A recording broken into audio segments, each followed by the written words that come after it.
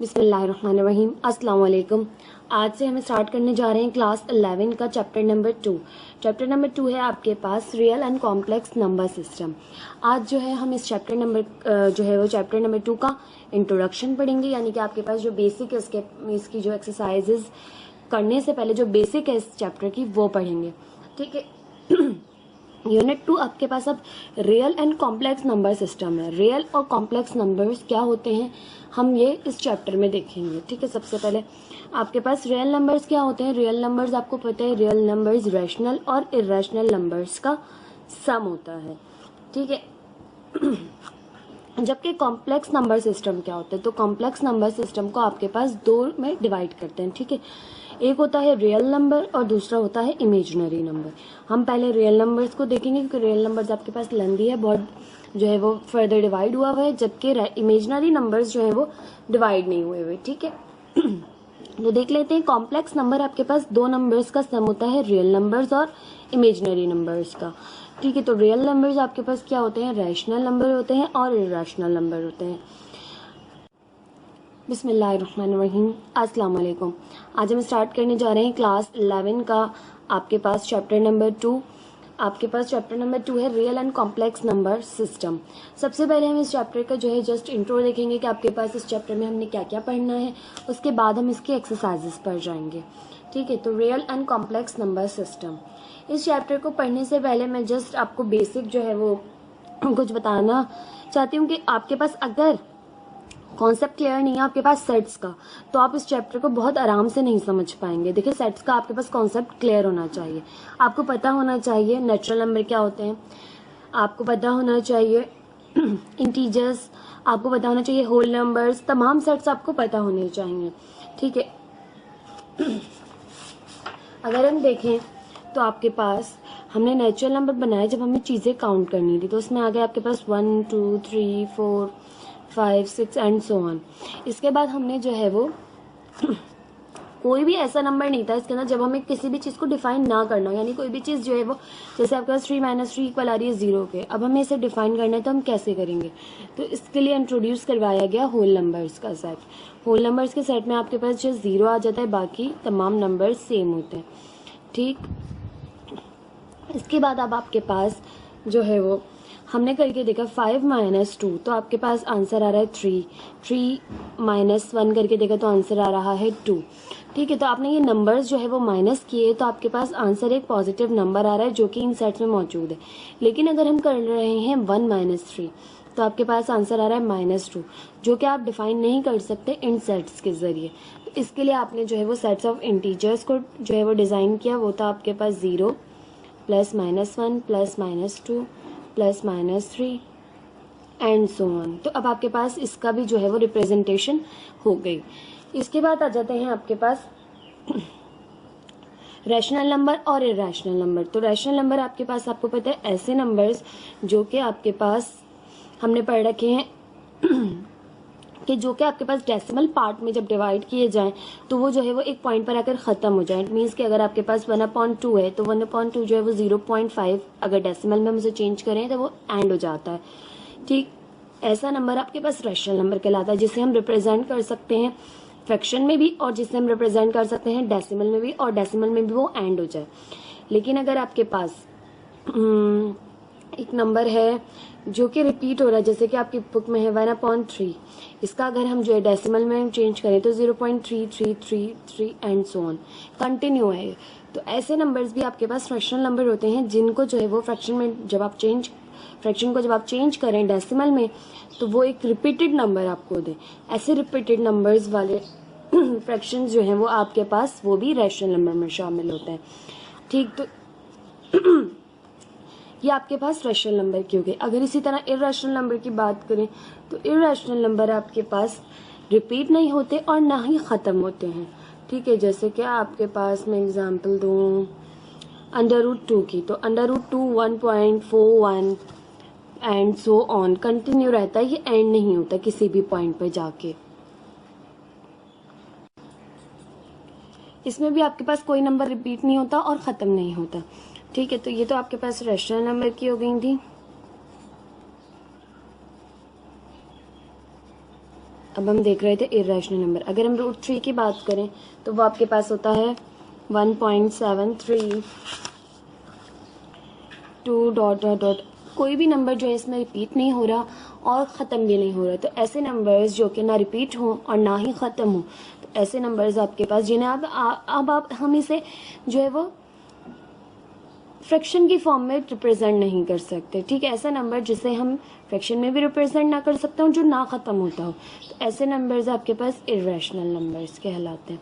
ठीक, अब हम आगे फर्दर देखेंगे। जस्ट हम छोटी छोटी सी जो है वो इंट्रो देख रहे हैं लास्ट चैप्टर का, ताकि हमें सेट्स का कॉन्सेप्ट क्लियर है। ठीक, अब आपके पास अगर हर नंबर को हमने रिप्रेजेंट कर लिया, हमारे पास रिप्रेजेंट हो गए। ठीक है, और रैशनल इरेशनल नंबर्स का सम आपके पास रियल नंबर कहलाता है। ठीक, अब हमने देखा कि अगर आपके पास इस तरह से आ रहा है √-1, ठीक है, क्योंकि आपके पास अगर एक इक्वेशन दी हुई है x² इक्वल है आपके पास -1 के। ठीक है, तो अगर आप इसका रूट लेंगे, taking root on both side करेंगे, क्योंकि x की वैल्यू आपने फाइंड करनी है, तो -1 का रूट आप कैसे रिप्रेजेंट करें, किस साइड से इसको बिलोंग करें। तो ऐसे नंबर्स जो कि रूट में आपके पास नेगेटिव साइन आ जाए, तो ऐसे नंबर्स आपके पास इमेजिनरी नंबर्स कहलाते हैं। जब इमेजिनरी नंबर्स का कॉन्सेप्ट आया आपके पास, तो फिर जो है वो आयोटा इंट्रोड्यूस हुआ, क्योंकि जब आपने -1 √-1 किया, तो इसे आपने जो है वो आयोटा से रिप्रेजेंट किया, यानी आयोटा जो है वो आपके पास √-1 के इक्वल है। जहाँ भी आपके पास √-1 आ जाए, वहाँ आप आयोटा लिख देते हैं, यानी इमेजिनरी नंबर। ये एक इमेजिनरी नंबर है। ठीक, और इमेजिनरी नंबर का जब हमने स्क्वायर किया, तो आपके पास वो -1 के इक्वल आया। कैसे कि यहाँ पर आपने स्क्वायर किया, यहाँ भी आपने स्क्वायर किया, स्क्वायर से रूट कैंसिल हो गया, -1 आ गया और आयोटा स्क्वायर यहाँ आ गया। तो आपने ये वैल्यू याद रखनी कि आयोटा स्क्वायर -1 के इक्वल है और आयोटा आपके पास √-1 के इक्वल है। ठीक है, ये आपके पास बहुत ज़्यादा काम आएगी एक्सरसाइज करने में। इसको हम जस्ट याद रखते हैं, क्या आयोटा बराबर होता है आपके पास √-1 के और आयोटा स्क्वायर बराबर होता है -1 के। तो इसलिए आपको जो है वो इमेजिनरी नंबर का सहारा लेना पड़ा, क्योंकि आपके पास ये जो है वो सेट को, इस जो है वो चीज़ को एक्सप्लेन करने के लिए कोई भी सेट जो है वो हमारे पास नहीं बना हुआ था कि हम किस तरह इसको जो है वो रिप्रेजेंट करें। तो ये तो जस्ट इंट्रो हो गया। अब हम अपना चैप्टर देख लेते हैं। तो कॉम्प्लेक्स नंबर्स आपके पास ऐसे नंबर्स का सम होता है जो कि रियल नंबर्स और इमेजिनरी नंबर्स पर आपके पास डिपेंड करता है। तो आप कह सकते हैं complex number is a combination of real numbers and imaginary numbers. अगर आपसे जस्ट इसकी डिफाइन पूछी जाए तो वो यही होगी। ठीक है, अब कॉम्प्लेक्स नंबर को आपके पास दो में डिवाइड किया जाता है, हमारे पास रियल नंबर्स में भी और इमेजिनरी नंबर्स में भी।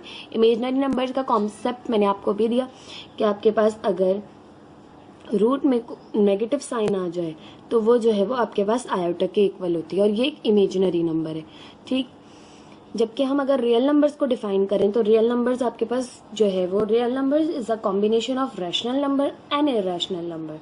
रियल नंबर आपके पास जो है वो कॉम्बिनेशन होता है रैशनल और इरेशनल नंबर्स का। रैशनल और इरेशनल क्या होते हैं वो हम देख लेते हैं। रैशनल नंबर आपके पास, अब हम एग्जाम्पल से देख लेते हैं।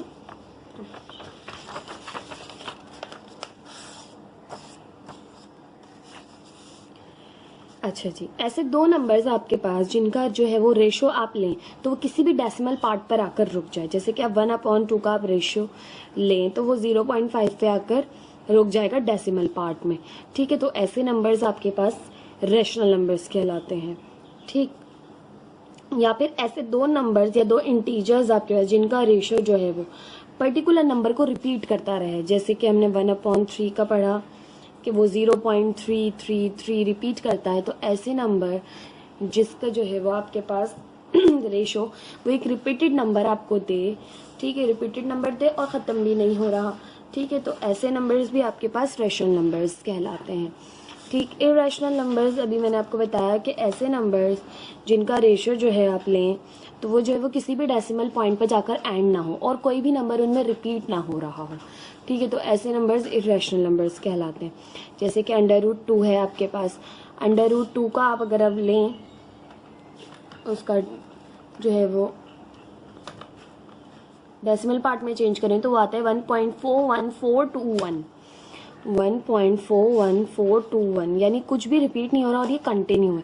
तो ऐसे नंबर्स जिनको जब आप चेंज करें डेसिमल में तो वो आपके पास रिपीटेड नंबर भी ना दें और एंड भी ना हो, तो ऐसे नंबर्स इरेशनल नंबर्स कहलाते हैं। तो रैशनल और इरेशनल नंबर्स जब मिलाए जाते हैं तो रियल नंबर्स बन जाते हैं आपके पास। ठीक, इनको फर्दर डिवाइड किया गया है आपके पास रैशनल नंबर्स को।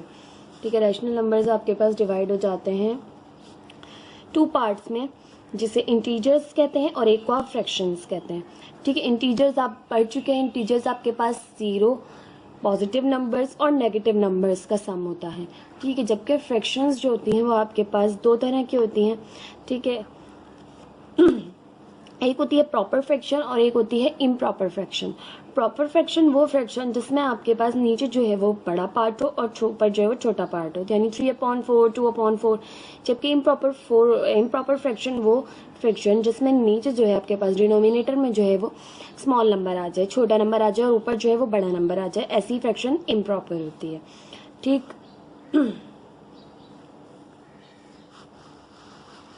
अब मजीद आगे देखें तो यहाँ पर हमारे पास दिया पॉजिटिव इंटीजर्स का यूनियन अगर हम 0 के साथ लें तो आपके पास नॉन नेगेटिव इंटीजर्स रिमेनिंग बचेंगे। किस तरह से कि आप जानते हैं सेट के अंदर, यानी इंटीजर्स के सेट के अंदर आपके पास 0 होता है और पॉजिटिव और नेगेटिव नंबर्स होते हैं। अगर पॉजिटिव नंबर्स का जो है वो यूनियन हम 0 के साथ ले रहे हैं तो नॉन नेगेटिव इंटीजर्स जो है वो आपके पास सेट आएगा। यानी नॉन नेगेटिव इंटीजर्स का मतलब वो इंटीजर्स जो नेगेटिव नहीं होंगे, उसके अलावा 0 बचा और पॉजिटिव इंटीजर्स बचे, तो इस सेट में वो होंगे आपके पास एलिमेंट। जबकि नेगेटिव इंटीजर्स का यूनियन ले 0 के साथ तो वो होंगे non positive integers. Non positive integers का मतलब क्या हुआ कि पॉजिटिव इंटीजर्स नहीं होंगे, उसके अलावा जो बाकी हैं यानी 0 और नेगेटिव इंटीजर्स वो आपके पास मौजूद होंगे। नॉन पॉजिटिव का मतलब पॉजिटिव मौजूद नहीं होंगे। नेचुरल नंबर्स आपके पास जो है वो पॉजिटिव इंटीजर्स का सेट होता है। होल नंबर्स जो है आपके पास नॉन नेगेटिव इंटीजर्स का सेट होता है।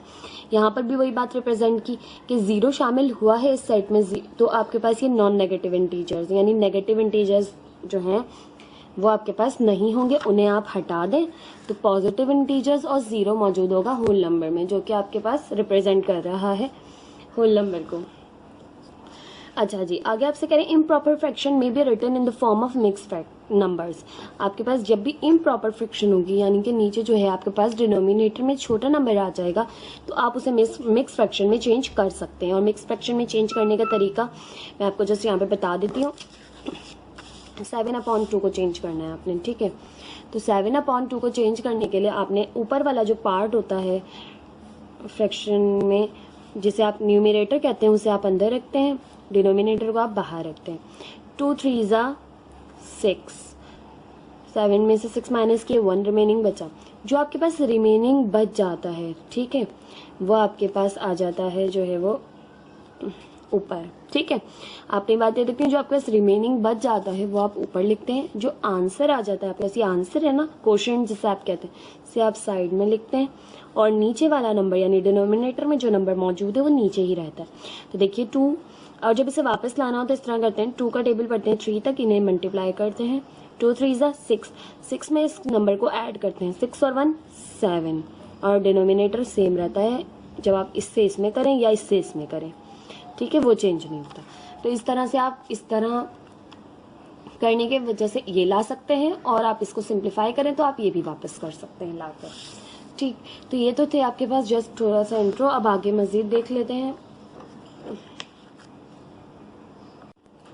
अब हम देख लेते हैं प्रॉपर्टीज ऑफ रियल नंबर्स। ठीक है, रियल नंबर्स की क्या क्या प्रॉपर्टीज होती हैं आपके पास। ठीक है, अब हम देख रहे हैं properties with respect to addition. Addition के रिस्पेक्ट से क्या क्या प्रॉपर्टीज हैं आपके पास। तो सबसे पहली प्रॉपर्टी है क्लोजर प्रॉपर्टी। प्रॉपर्टीज जो है वो आपके पास बहुत अहम होती हैं। ये आपके पास एमसीक्यूज पॉइंट ऑफ व्यू से मोस्ट इंपॉर्टेंट होती हैं कि आपके पास एमसीक्यूज जो है वो इससे क्लियर हो जाते हैं। अगर आप जो है वो प्रॉपर्टीज अच्छे से नहीं समझेंगे तो जब आप एमसीक्यूज कह रहे होंगे तो आपको बड़ी परेशानी होगी, फिर से आपको दोबारा ये पढ़ना पड़ेगा। तो चैप्टर का इंट्रो पढ़ते हुए अच्छी तरह ये चीज़ें समझ लिया करें। ये हमने क्लास जो है वो 9th में भी चैप्टर नंबर 2 पढ़ा था, उसमें भी यही प्रॉपर्टीज थी तकरीबन। इसमें आपके पास थोड़ा डिटेल में हम इस चैप्टर को पढ़ रहे हैं। जस्ट आपके पास है properties of real numbers. Real numbers की properties with respect to addition. सबसे पहली प्रॉपर्टी है क्लोजर प्रॉपर्टी। क्लोजर प्रॉपर्टी क्या कहती है, आपसे कहती है कि sum of any 2 real numbers is also a real number. अगर दो नंबर्स जो रियल नंबर्स हैं उनका सम करें तो आपके पास आंसर में भी एक रियल नंबर आएगा, जिससे कि आपके पास A B belongs to real number and A plus B belongs to real number, यानी ए बी जो है वो रियल नंबर है, अगर हम उनको क्या करें ऐड करें तो वो जो है वो बिलोंग करते हैं रियल नंबर से, तो आंसर भी आपके पास जो है वो रियल नंबर आएगा। जैसे कि 16 और 24 रियल नंबर्स हैं, दोनों को ऐड किया 40 आंसर आया, जो कि आपके पास बिलोंग करता है रियल नंबर से ही। इसका क्या मतलब हो, यानी कि दो रियल नंबर्स का सम एक रियल नंबर ही आता है आपके पास। ठीक, अब है second property, commutative property. Commutative property आप जो है बहुत अच्छे से याद रखें कि कम्यूटेटिव प्रॉपर्टी जो है वो आपके पास दो जो है वो नंबर्स पर या दो वेरिएबल्स पर डिपेंड करती है कि आप a प्लस बी फाइंड करें जो कि रियल नंबर से बिलोंग करता है, ठीक है, या फिर b प्लस ए फाइंड करें, ठीक है, a प्लस बी फाइंड करें या फिर b प्लस ए फाइंड करें, दोनों जो है वो बिलोंग करते होंगे, दोनों का जो आंसर आएगा वो सेम आएगा और दोनों जो है वो रियल नंबर से बिलोंग करते हैं, क्योंकि आपके पास a और b जो है वो रियल नंबर्स थे। ठीक है, यहाँ पर होगा कॉमा कि a कॉमा b जो बिलोंग करते हैं रियल नंबर से, अगर हम आप a प्लस बी करें और b प्लस ए करें तो वो जो है वो रियल नंबर से बिलोंग करता होगा। जैसे कि √2 प्लस √3 है, तो आपके पास √3 प्लस √2 करें तब भी आपके पास जो है वो रियल नंबर ही आंसर आएगा। अच्छा जी, ये है आपके पास दोनों इरेशनल नंबर, लेकिन हम पढ़ चुके हैं कि रियल नंबर क्या होते हैं, रैशनल और इरेशनल का सम होते हैं। तो यहाँ पर आपके पास रियल नंबर्स में हमने यूज किए थे रैशनल नंबर्स, और इसमें कम्यूटेटिव प्रॉपर्टी में हम जस्ट रैशनल में इसमें सॉरी हम रियल नंबर्स के इरेशनल नंबर्स यूज करके दिखा रहे हैं। तो आपके पास आंसर जो है वो रियल नंबर में ही आएगा। अभी आपके पास एसोसिएटिव प्रॉपर्टी। एसोसिएटिव प्रॉपर्टी क्या कहती है कि ए बी सी बिलोंग करता है रियल नंबर से, अगर आप b प्लस सी करें उसको a में ऐड करें या फिर a प्लस बी करें उसको c में ऐड करें, तो दोनों का जो है वो साइड का आंसर जो है वो रियल नंबर ही आएगा और आपके पास वो सेम आएगा। ठीक है, ये एसोसिएटिव प्रॉपर्टी है। 7 प्लस 8 करें तो आपके पास 15 हो जाता है, 15 में 5 ऐड करें तो 20, ठीक है, या फिर 5 में 7 ऐड करें जो कि आपके पास हो जाता है 12, 12 में आप 8 को ऐड करें जो कि 20 ही होता है, तो दोनों साइड्स का आंसर इक्वल आया और वो भी रियल नंबर में, तो ये आपके पास एसोसिएटिव प्रॉपर्टी कहलाती है। इसके बाद आपके पास नंबर 4 पे आ जाती है एडिटिव आइडेंटिटी। एडिटिव आइडेंटिटी क्या होती है आपके पास, अगर आपके पास कह रहे हैं ए बिलोंग करता है रियल नंबर से, if a belong to real number there exist a number 0 जो कि बिलोंग करेगा रियल नंबर से। कह रहे हैं जो है आपके पास 0 जो है वो रियल नंबर से बिलोंग करता है, सच दैट a प्लस 0 या 0 प्लस ए आपके पास a आएगा। आइडेंटिटी मीन्स कि आपके पास जो नंबर आप कर रहे हैं ऐड, वही नंबर आपके पास रिटर्न में वापस आए। तो 0 एक ऐसी आइडेंटिटी है जिसको किसी भी नंबर में ऐड करें तो आपके पास वही नंबर जो है वो वापस आता है। अगर मैं करती हूँ 9 प्लस 0 या 0 प्लस 9 तो मेरे पास जो है वो दोनों साइड से आंसर जो है वो 9 ही आएगा। ठीक है, तो ये आपके पास है आइडेंटिटी, यानी वही नंबर वापस आ रहा है। इट मीन्स कि ये जो है वो 0 जो है वो एडिटिव आइडेंटिटी है। ठीक है, the element 0 is called additive identity. ठीक, आपने √2 में 0 को ऐड किया या √2 ही आया, 0 में √2 को ऐड किया तब भी आपके पास √2 ही आया, तो 0 इज कॉल्ड एडिटिव आइडेंटिटी।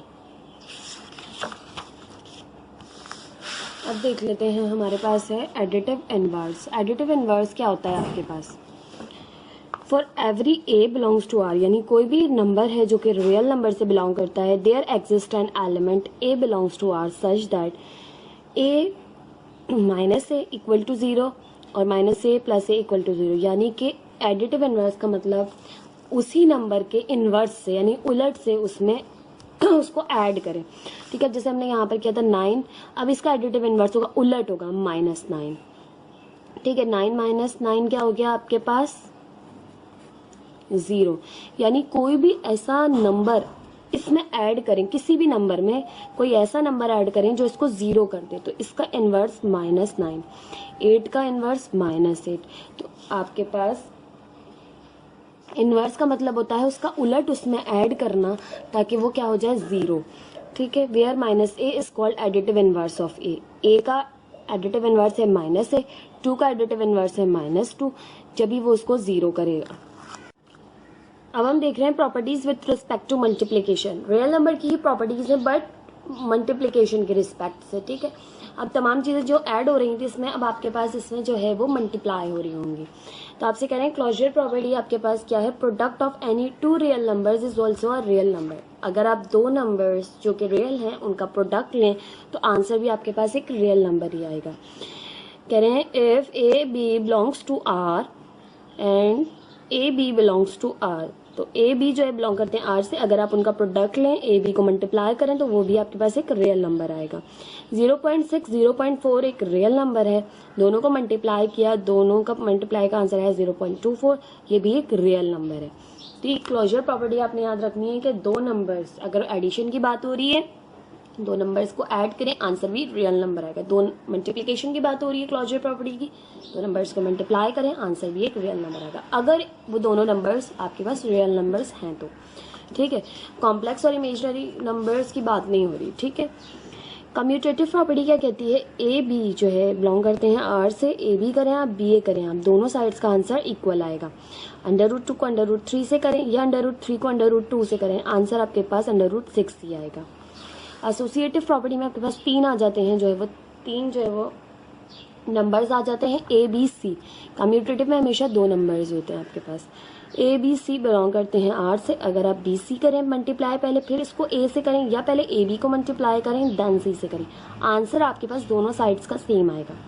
0.2 को 1.5 से करें फिर 4 से करें या फिर 1.5 को पहले 4 से मल्टीप्लाई करें देन फिर 0.2 से करें, आंसर आपके पास 1.2 ही आएगा, ठीक। अब देख लेते हैं मल्टीप्लिकेटिव आइडेंटिटी। जिस तरह से हमने देखा था एडिटिव आइडेंटिटी, तो एडिटिव आइडेंटिटी थी 0, जबकि मल्टीप्लिकेटिव आइडेंटिटी है आपके पास 1, यानी वही नंबर अगर आपने वापस लाना है तो आपने जो है वो 1 से मल्टीप्लाई करना पड़ेगा। 2 अगर हमारे पास एक नंबर है जो कि रियल नंबर से बिलोंग करता है, अगर हमें इसे वापस लाना है, अगर मैं इसे 1 से मल्टीप्लाई करूं तो मेरे पास ये नंबर वापस आ रहा है। अगर आपने वही नंबर जो आपका नंबर है उसको वापस लाना है तो उसको आप 1 से मल्टीप्लाई करेंगे तो वो जो है वो वापस आ जाएगा। तो मल्टीप्लिकेटिव आइडेंटिटी आपके पास 1 होती है। There exist a number 1 belongs to R such that A को 1 से करें 1 को ए से करें, आपके पास आंसर ए ही आएगा जो कि रियल नंबर है। The number 1 is called the multiplicative identity. 1 जो है वो मल्टीप्लिकेटिव आइडेंटिटी है, जिस तरह 0 जो है वो एडिटिव आइडेंटिटी था तो 1 जो है वो मल्टीप्लिकेटिव आइडेंटिटी है। अब हमारे पास है मल्टीप्लिकेटिव इनवर्स। मल्टीप्लिकेटिव इनवर्स क्या होता है, for each a belongs to r, a not equal to 0, there exists an element a inverse belongs to r such that a cos a inverse is equal to a inverse cos a equal to 1। यानी कि आपने जो है वो इसका inverse इसमें multiply करना है, तो जब भी आपने जो है वो इसका इन्वर्स इसमें मल्टीप्लाई करेंगे तो आपके पास 1 आएगा, क्योंकि इसकी आपके पास आइडेंटिटी 1 है। अगर आपके पास नंबर 2 है, इसका इन्वर्स होगा आपके पास 1/2, ठीक है, दोनों कैंसिल हो जाएंगे 1 आ जाएगा, ठीक है। यही आपके पास जो है वो मल्टीप्लिकेशन में 1 का जो है वो कॉन्सेप्ट है। जैसे एडिशन में 0 है तो मल्टीप्लिकेशन आपके पास 1 है। तो आपसे कह रहे हैं where a inverse is called the multiplicative inverse of a, it is also written as 1/a। A inverse को आप जो है वो मल्टीप्लिकेटिव इनवर्स से ए का, इसको आप इस तरह भी लिख सकते हैं। जिस तरह मैंने आपको एग्जांपल दी 2 की, इसी तरह 6 की है, 6 का मल्टीप्लिकेटिव इनवर्स है 1/6, 6 से 6 कैंसिल हो गया 1 आ गया, या 1/6 को 6 से जो है किया 1/6 का मल्टीप्लिकेटिव इनवर्स है 6। इसी चीज को इस तरह भी कह सकते हैं, अगर मेरे पास नंबर हो अपॉन में 1/6 हो तो इसका मल्टीप्लिकेटिव इनवर्स 6 होगा, ठीक है, तब भी आपके पास 1 ही आएगा। जैसे कि अब मेरे पास 7 है, 1/7 है, मैं इसका मल्टीप्लिकेटिव इनवर्स कहूँ तो 7 इसका मल्टीप्लिकेटिव इनवर्स है, ठीक, तब आपके पास 1 आएगा।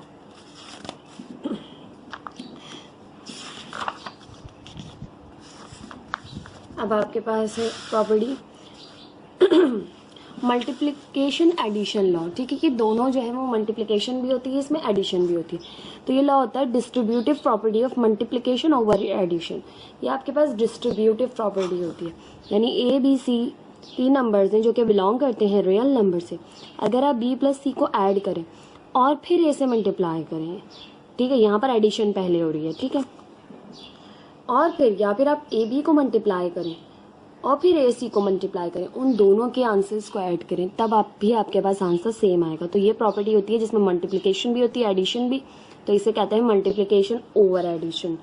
ठीक, अब आपके पास जो है वो √2 A B C 3 real numbers हैं। ठीक है, √2 1/3 और 2/5 को पहले आपने ऐड किया, फिर उसे √2 से मल्टीप्लाई किया। ठीक है, यहाँ पर पहले आपने जो है वो √2 को 1/3 से कर लिया, फिर यहाँ पर आपने √2 को 2/5 से कर लिया। अब दोनों को ऐड करेंगे, यहाँ के भी आंसर को यहाँ के भी आंसर को, तो आपके पास आंसर सेम आएगा। Note any set possessing all the above 11 properties is called a field. कह रहे हैं कोई भी ऐसा सेट है जो तमाम इन 11 प्रॉपर्टीज को जो है वो आपके पास क्या करता है, ओबे करता है, तो वो कहलाता है आपके पास फील्ड। ठीक, अब आपके पास मज़ीद इस चैप्टर में बहुत ज़्यादा एक्स्ट्रा चीज़ें हैं, उसको हम अभी नहीं देख रहे। अगर ज़रूरत पड़ी तो आगे आने वाले दिनों में हम उस इंट्रोडक्शन को कंटिन्यू करेंगे। ठीक,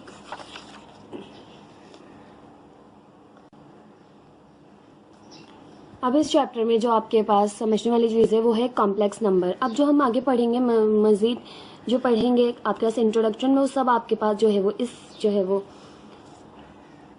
चैप्टर से इम्पॉर्टेंट है, क्योंकि तमाम चीज़ें जो है वो क्वेश्चन से बिलोंग करती हैं। वो सारी बेसिक थी आपके पास, बेसिक क्लियर हो गई, तो अब आप जो है वो इस चैप्टर को अच्छे से कर सकेंगे ये भी समझने के बाद। डेफिनेशन 1 है आपके पास कॉम्प्लेक्स नंबर की। कॉम्प्लेक्स नंबर क्या होता है? ठीक है, तो हमने पढ़ा complex number is the sum of या is the combination of real numbers and imaginary numbers. ये हमारी जो है वो डेफिनेशन थी, मगर आपकी बुक की डेफिनेशन या आपके पास जो समझने वाली डेफिनेशन है वो है complex number is the number of the form a + b iota. ठीक है, जिसमें रियल नंबर भी मौजूद हो, जिसमें इमेजनरी नंबर भी मौजूद हो, उनका कॉम्बिनेशन या उनका सम जो है आपके पास कहलाता है कॉम्प्लेक्स नंबर। हमने जस्ट वहाँ पे इंट्रो में कॉम्प्लेक्स नंबर की जनरल डेफिनेशन पढ़ी थी। अब हम पूरी डिटेल में पढ़ रहे हैं कि कॉम्प्लेक्स नंबर ऐसा नंबर होता है जो कि रियल नंबर्स और इमेजनरी नंबर्स का सम होता है। ठीक है, ये इसकी स्टैंडर्ड फॉर्म है where a and b, a और b जो हैं आपके पास रियल नंबर्स हैं and i is called imaginary unit, और i को कहा जाता है इमेजनरी यूनिट। i जो है वो आयोटा है। ठीक, डेफिनेशन 2 क्या कहती है? Names of particular kinds of complex numbers. अब आपके पास किस किस तरह के कॉम्प्लेक्स नंबर्स हो सकते हैं, देखिए। इमेजनरी यूनिट है i, हमने पढ़ा, जिसे आयोटा कहा जाता है। कॉम्प्लेक्स नंबर है आपके पास a + b iota. a and b are real numbers, a और b रियल नंबर्स हैं। इमेजनरी नंबर है इसमें आपके पास a + b iota, b not equal to 0। जो इमेजनरी पार्ट है आपके पास, उसका जो रियल पार्ट है, इमेजनरी नंबर का जो रियल पार्ट है वो 0 के इक्वल नहीं होना चाहिए। ठीक है, प्योर इमेजनरी नंबर अगर सिर्फ और सिर्फ इमेजनरी नंबर हो तो रियल पार्ट आपके पास 0 होगा। अगर आपके पास दिया हुआ है b आयोटा सिंपल, तो रियल पार्ट नहीं है तो वो 0 होगा। ठीक, यहाँ पर b जो है वो not equal to 0, b equal नहीं होना चाहिए, क्योंकि b इक्वल हो जाएगा तो आयोटा भी 0 हो जाएगा अगर आपके पास इमेजनरी नंबर है। तो अगर रियल नंबर है तो आपके पास रियल नंबर होगा, इमेजनरी पार्ट जो है वो नहीं मौजूद होगा। इस तरह से अगर आपको सिंपल a दिया हुआ है तो आपके पास रियल नंबर मौजूद है, इमेजनरी नंबर मौजूद नहीं है, इट मीन्स उसका जो रियल पार्ट है वो 0 है, तभी वो 0 हो गया। अगर आपके पास दोनों जो है वो 0 हैं तो वो इक्वल है 0 के, यानी कि आपके पास अगर 0 दिया हुआ है तो इट मीन्स रियल पार्ट भी 0 है, इमेजनरी पार्ट भी 0 है आपके पास। और conjugate of b + iota b अगर आपसे पूछ रहे हैं इसके कॉन्जुगेट्स क्या होंगे, तो कॉन्जुगेट्स हमने पढ़ रखे हैं। कॉन्जुगेट्स में जो है आपके पास जो रूट वाला पार्ट होता है हम उसकी साइन चेंज कर देते थे जब हम चैप्टर नंबर 2 पढ़ रहे थे क्लास 9th में। लेकिन यहाँ पर क्या होता है, आपके पास आयोटा वाली जो आपके पास जो है वो नंबर होता है उसकी आप साइन चेंज कर देते हैं, यानी a + b आयोटा का कॉन्जुगेट होगा a - b आयोटा। ठीक, अब आपके पास डेफिनेशन 3 है the sum of a real and imaginary number is called complex number. ये हमने जो जनरल में भी पढ़ी थी कि रियल नंबर्स और इमेजिनरी नंबर्स का जो सम होता है आपके पास वो कॉम्प्लेक्स नंबर होता है। Example, if z is equal to, आप z से जो इसको डिनोट करते हैं x + आयोटा y या y iota is a complex number, then x is called the real part of z। x जो है वो रियल पार्ट है आपके पास z का, और y जो है आपके पास y is called the imaginary part of z। ठीक ठीक है। y पार्ट जो है वो इमेजिनरी पार्ट है। वी राइट, हम इसे इस तरह भी लिख सकते हैं, ठीक है। आपके पास R C Z is equal to X and I M is equal to Z, I M Z is equal to Y to denote respectively the real and imaginary part of Z, ठीक है। इस तरह journal इतना लिखने को आता नहीं है। अब आपसे कह रहे हैं note as z is equal to x plus iota y, तो यहाँ पर x और y की फॉर्म में हम इसे लिख सकते हैं। अगर हमें इसे ऑर्डर पेयर में लिखना है, इमेजिनरी पार्ट आप हटा देते हैं जब आप ऑर्डर पेयर में चेंज करते हैं, तो x कॉमा वाई। अगर x माइनस आयोटा वाई है तो आपके पास आप लिखेंगे x comma minus y. Minus sign है तो माइनस साइन इसके साथ लगेगी, लेकिन आयोटा नहीं लगेगा जब आप ऑर्डर पेयर में चेंज करते हैं, ठीक।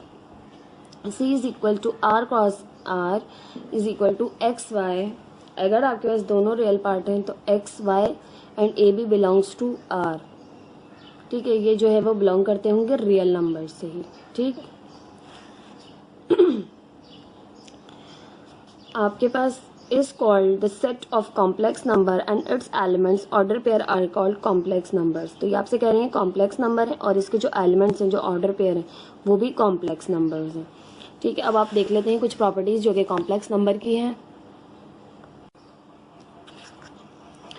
अब हम देख लेते हैं प्रॉपर्टीज ऑफ कॉम्प्लेक्स नंबर। अब कॉम्प्लेक्स नंबर की आपके पास कुछ प्रॉपर्टीज हैं, वो देख लेते हैं। If z1 is equal to x1 plus iota y, तो आप लिख सकते हैं, यहाँ पर वन होगा, ठीक है। अगर हमें इसे ऑर्डर पेयर में लिखना है तो हम लिखेंगे x1 कॉमा y1। आयोटा का जो पार्ट है वो हटा देते हैं जब आप आयोटा हटा देते हैं जब आप ऑर्डर पेयर में चेंज कर रहे होते हैं। z2 है x2 प्लस आयोटा y2, तो आपने ऑर्डर पेयर में चेंज करना है तो आप जो है वो x2 कॉमा y2 लिखेंगे। z3 है x3 plus iota y3, iota हटा देंगे तो ऑर्डर पेयर में चेंज किया तो x3 comma y3, where z1 z2 and z3 belongs to complex number. ये जो है वो आपके पास कॉम्प्लेक्स नंबर से बिलोंग करता है।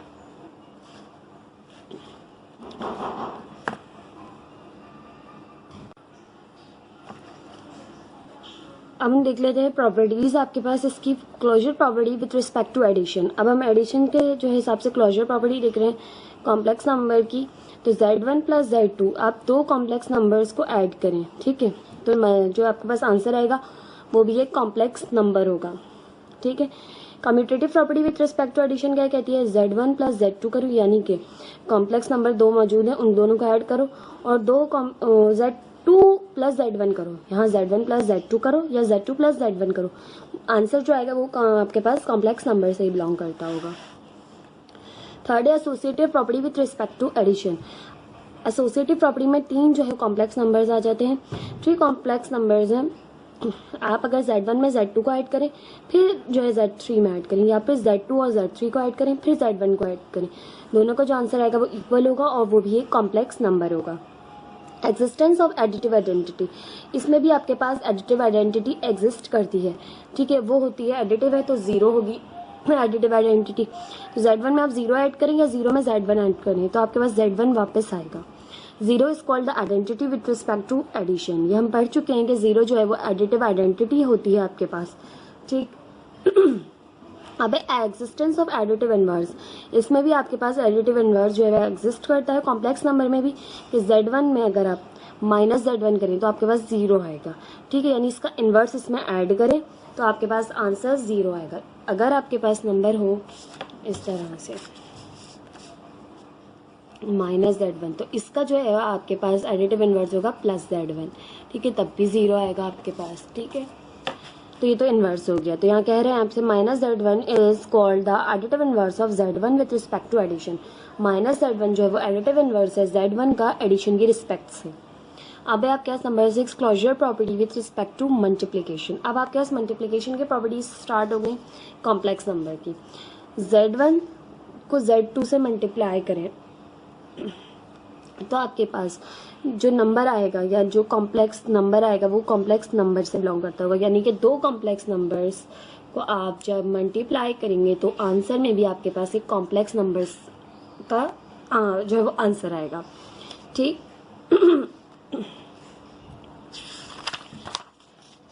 अब है आपके पास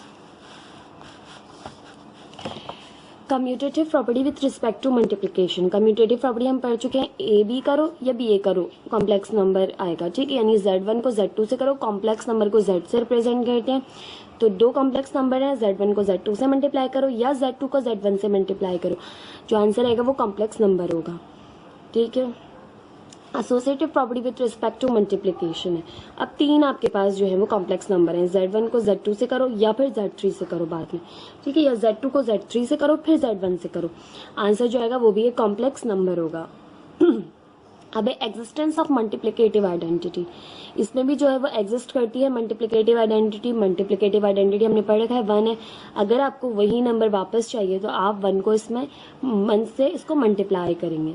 आप 1 को Z1 से करें या Z1 को 1 से करें, Z1 आपके पास वापस आएगा। 1 is called the identity with respect to multiplication. 1 जो है वो आपके पास आइडेंटिटी है मल्टीप्लिकेशन की। अब एग्जिस्टेंस ऑफ मल्टीप्लिकेटिव इनवर्स, इसमें भी आपके पास एग्जिस्ट करता है मल्टीप्लिकेटिव इनवर्स। अगर आपके पास आपने 1 लाना है तो आपने इसको इसके इनवर्स से मल्टीप्लाई करना होगा, यानी Z है तो इसके इनवर्स से मल्टीप्लाई करेंगे, दोनों आपके पास ये कैंसिल हो जाएंगे एक दूसरे से, आपके पास 1 आंसर आ जाएगा। या Z इनवर्स को आप कहें तो उसका जो है वो Z इनवर्स आपको गिवन है, उसका इनवर्स है Z, तो उसको आप इससे मल्टीप्लाई करेंगे तब भी आपके पास 1 आएगा। किस तरह से, ये आपके पास इस तरह से लिखा हुआ है, Z1 है, इसका इनवर्स है 1/Z1।